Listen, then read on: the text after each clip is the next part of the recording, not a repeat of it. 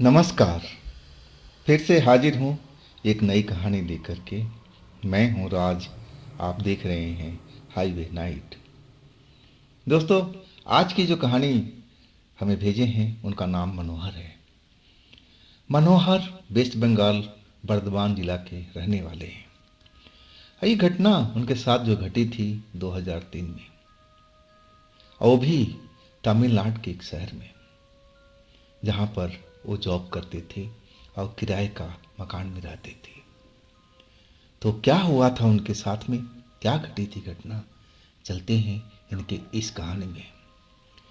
लेकिन दोस्तों, अगर आप मेरे चैनल पर अभी तक सब्सक्राइब नहीं किया है तो जल्दी से कर लीजिए, और साथ में बेल आइकन को ज़रूर दबाइएगा ताकि वीडियो का नोटिफिकेशन सबसे पहले आपके पास पहुंचे।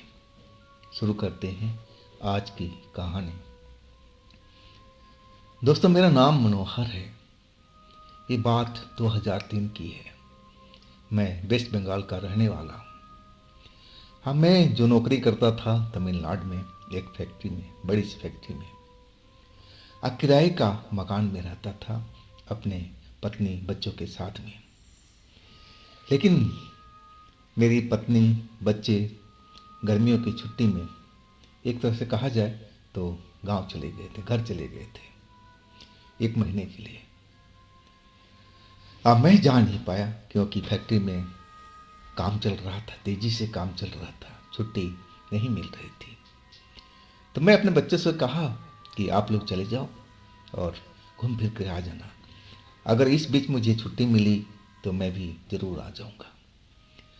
हाँ, फिर हमारे पत्नी बच्चे गांव चले गए थे, घर चले गए थे। इसके बाद तो मैं उस घर में अकेला ही रहने लगा था।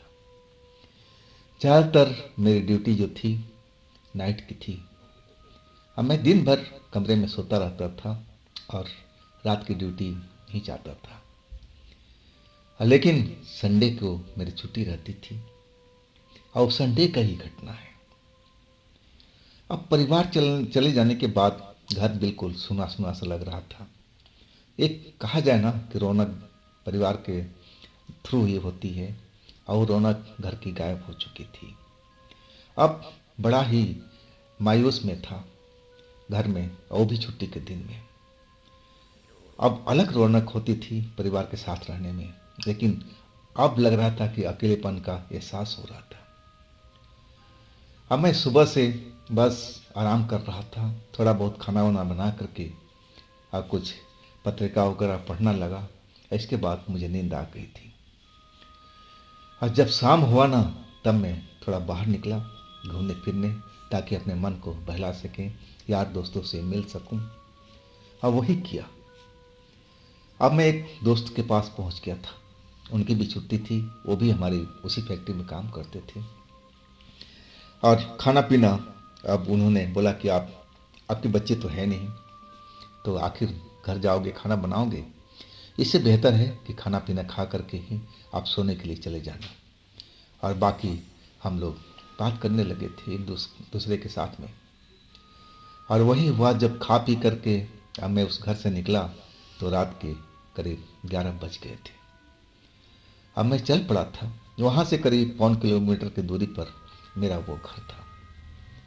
अब रास्ते में अब थोड़ा सुनसान जगह था और डर भी लग रहा था। मैंने सुन रखा था कि इस रोड पर कोई भूत जैसे कोई चीज़ दिखाई देता है, लेकिन मैंने आज तक कभी नहीं देखा था। हालांकि उस रोड पर दिन के टाइम में चहल पहल रहती थी, ट्रैफिक चलती रहती थी, लेकिन रात होते ही अब बिल्कुल वो रोड शांत हो गया था। जैसे लग रहा था कि इस रोड पर कोई चलता ही ना हो। अब मैं अपने कदम आगे बढ़ाते चला जा रहा था। हाँ, एक जगह पर एक नारियल का पेड़ था, और उसके पास में मुझे कोई साया सा नजर आया, जैसे वो नारियल के पेड़ से उतर करके नीचे आ रहा हो। अब मैं सोचने लगा कि ये शख्स इतनी रात को नारियल के पेड़ पर किस लिए चढ़ा था, क्या कारण हो सकता है, क्या कोई फल चुराने के लिए गया था। रात के टाइम तो चोरी ऐसा काम करते थे। लेकिन मैं सोचा कि लोकल लोग हैं, उनसे बोलना बेकार है, कोई झगड़ा झंझट ना करते। मैं तो परदेसी आदमी हूँ, बंगाल का रहने वाला हूँ। अब मैं उसको इग्नोर करके आगे बढ़ने लगा। मैंने देखा कि वो काला सा साया अब मेरी तरफ खड़ा होकर के घूर जा रहा था, घूरे जा रहा था। लेकिन एक बार तो मैं जरूर देखा और उसके बाद मैं उसकी तरफ नहीं देखा, आगे की तरफ चलता रहा। लेकिन मुझे एहसास होने लगा कि मेरे पीछे कोई चल रहा है। तो मैंने मुड़कर देखा तो वही साया जो मुझे दिखाई दिया था नारियल के पेड़ के नीचे, और वही मेरे पीछे पीछे चल रहा था। बड़ी ही बेढंगी चाल थी, जैसे वो लंगड़ा लंगड़ा के चल रहा हो। और साफ मुझे देख भी नहीं रहा था क्योंकि अंधेरा काफी था। हाँ, उसके जो सफेद कपड़े थे वो जरूर चमक रहे थे। अब थोड़ा डर गया था कि क्या ये कोई चोर उचक्का तो नहीं है, क्या ये मुझ पर हमला तो नहीं करेगा। अब मन में कई तरह के ख्याल चल रहे थे और आखिरकार मैंने फैसला ले लिया कि अगर जान बचाना है तो मुझे तेज दौड़ करके अपने घर तक पहुंच जाना होगा। अब वही मैंने किया। अब एकाएक मैं दौड़ पड़ा था। अब दौड़ते दौड़ते ही पीछे मुड़कर देखने लगा तो वो साया बस उसी जगह पर खड़ा अब मुझे भागता हुआ देख रहा था। और तब मुझे लगा चलो इस साये से मेरी जान छूटी। और इसके बाद दौड़ते दौड़ते अब मैं अपने घर पहुंच गया था। घबराहट, डर पूरे शरीर में बना हुआ था कि आखिर वो मुझसे क्या चाह रहा था। जरूर कोई वो चोर लुटेरा होगा, तभी तो आधी रात के वक्त में आप पेड़ के ऊपर से नीचे उतर रहा था, कोई फल चोरी करने क्या, या फिर ना जाने क्यों। मैं अपने घर में आ गया, दरवाज़ा बंद कर दिया और पलंग पर जा गिरा। अभी भी मेरा दिल की धड़कन बढ़ा हुआ था, लेकिन मैं सोचने लगा अरे अब तो मैं अपने घर पहुंच गया हूँ, ऐसी कोई अब टेंशन वाली बात नहीं है, यहाँ तक थोड़ी पहुंच पाएगा। क्योंकि मैं आते हुए भागते हुए देख रहा था, वो अब मुझे नज़र नहीं आ रहा था। घर तक पहुंच गया तभी मैं पलट कर देखा था, लेकिन वो मुझे रास्ते में कहीं नज़र नहीं आया और तब मुझे चैन पड़ा था। अब मैं सुरक्षित अपने घर में था। अब खाना पीना तो खा ही लिया था, लेकिन डर जरूर लग रहा था उस वाक़ये से, उस घटना से जो मेरे साथ हुई थी अभी रास्ते में। मैं तो उसको चोरी समझा था एक तरह से। और आखिरकार मैं पलंग पर लेट गया और सोचने लगा कि जल्दी से नींद आ जाए ताकि इस ख्यालात को मैं भुला दूँ। और भगवान की कृपा थी कि जल्दी मुझे नींद आ गई। जब मेरी आँख खुली ना तो जैसे लगा कि किचन में कोई है, बर्तन भांडे खड़क रहे थे। अब मैं सोचा शायद घर में बिल्ली उल्ली आ गई होगी, ये कोई बड़ी तो बात है नहीं, अक्सर आ जाया करती थी बिल्ली।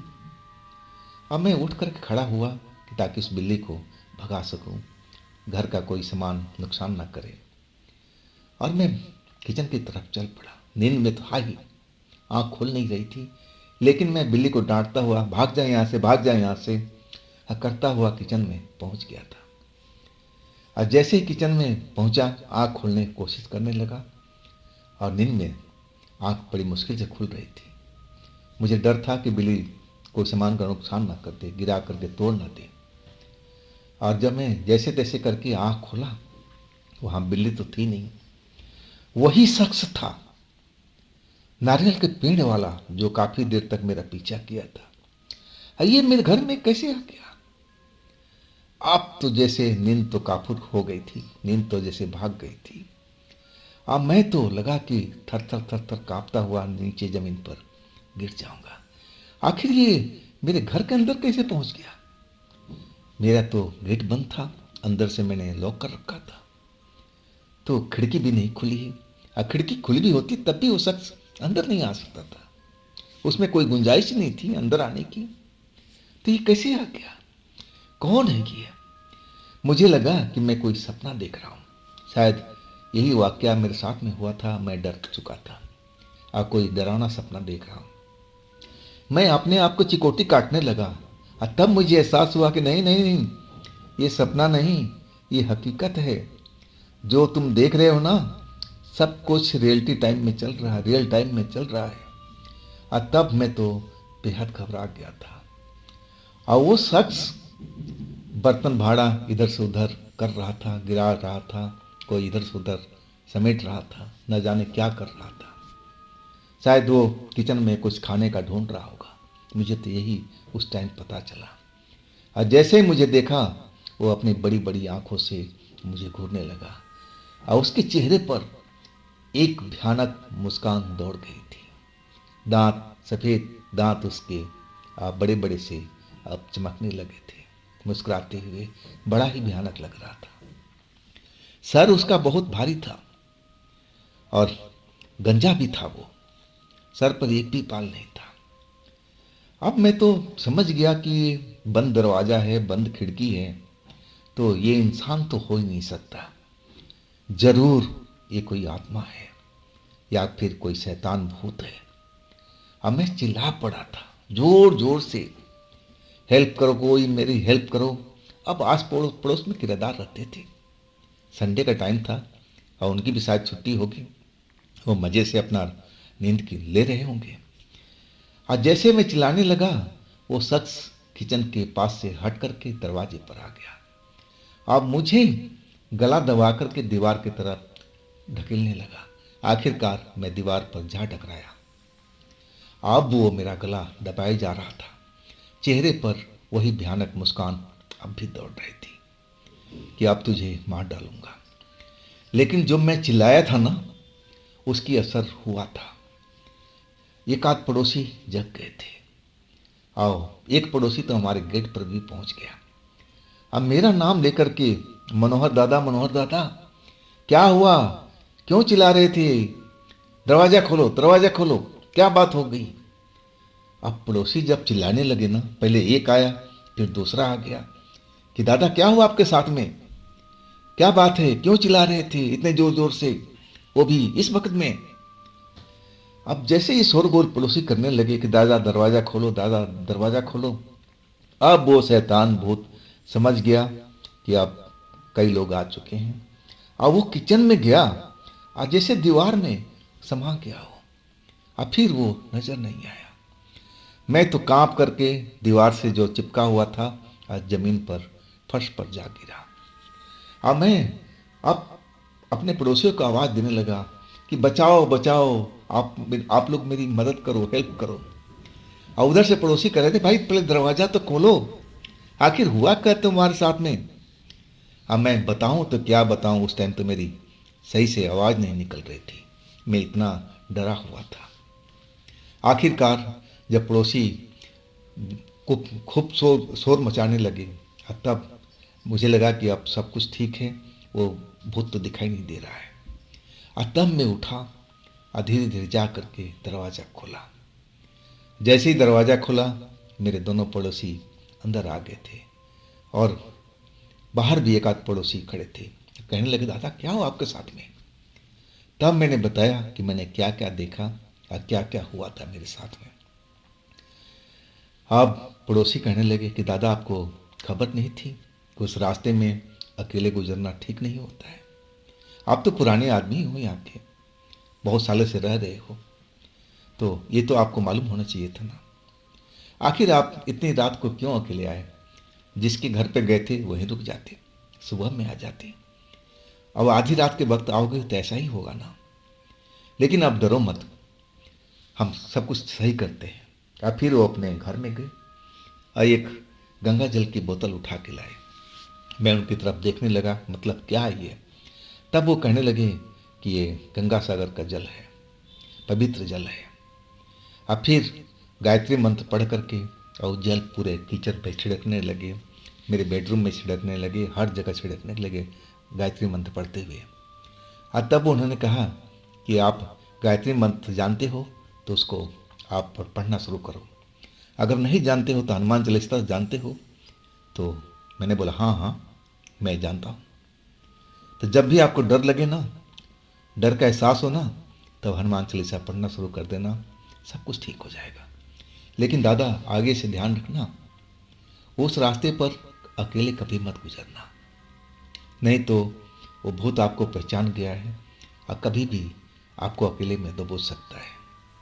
तो मैं इतना ही कह पाऊँगा। इसके बाद तो मैं इतना डर चुका था कि अगले दिन जब फैक्ट्री पहुंचा तो मैंने ऑफिस में अपने सुपरवाइज़र से जाकर मिला कि मुझे छुट्टी चाहिए, मेरी पत्नी का तबीयत खराब है गांव में। मैं झूठ बोल दिया था क्योंकि मैं इस जगह पर अकेले रहना भी नहीं चाहता था। और आखिरकार सुपरवाइज़र मान गया कि चलो तुम्हारी पत्नी की तबीयत खराब है तो जाना ही है। अब फिर मैं अपने घर की तरफ छुट्टी लेके निकल गया था। आज जब वापस आया ना तो अपने पत्नी अपने बच्चों के साथ में। इसके बाद उस घर में वो भूत कभी भी दिखाई नहीं दिया था। हालांकि मुझे रात के टाइम में ज़रूर डर लगता था, लेकिन पत्नी को कोई भी एहसास नहीं हुआ, ना कभी मेरे बच्चे का एहसास हुआ। और उस घटना के बाद वो भूत कभी मेरे घर में दिखाई भी नहीं दिया था। तो दोस्तों, ये थी मनोहर जी की अपनी आप बीती। अगर आपके पास भी ऐसी कोई घटना है जो आप मुझे बताना चाहते हो तो आप मुझे इंस्टाग्राम पर या मेरे व्हाट्सएप नंबर पर अपनी कहानी, अपनी घटना को शेयर कर सकते हो। दोस्तों, ये भी चैनल आप ही का है, तो इसको भी अपना प्यार दीजिए, लाइक कीजिए, सब्सक्राइब कीजिए, शेयर कीजिए। और फिर हम मिलते हैं अगले रोज़ एक नई घटना, एक नई कहानी के साथ में। आप लोग अपना ख्याल रखिएगा। नमस्कार।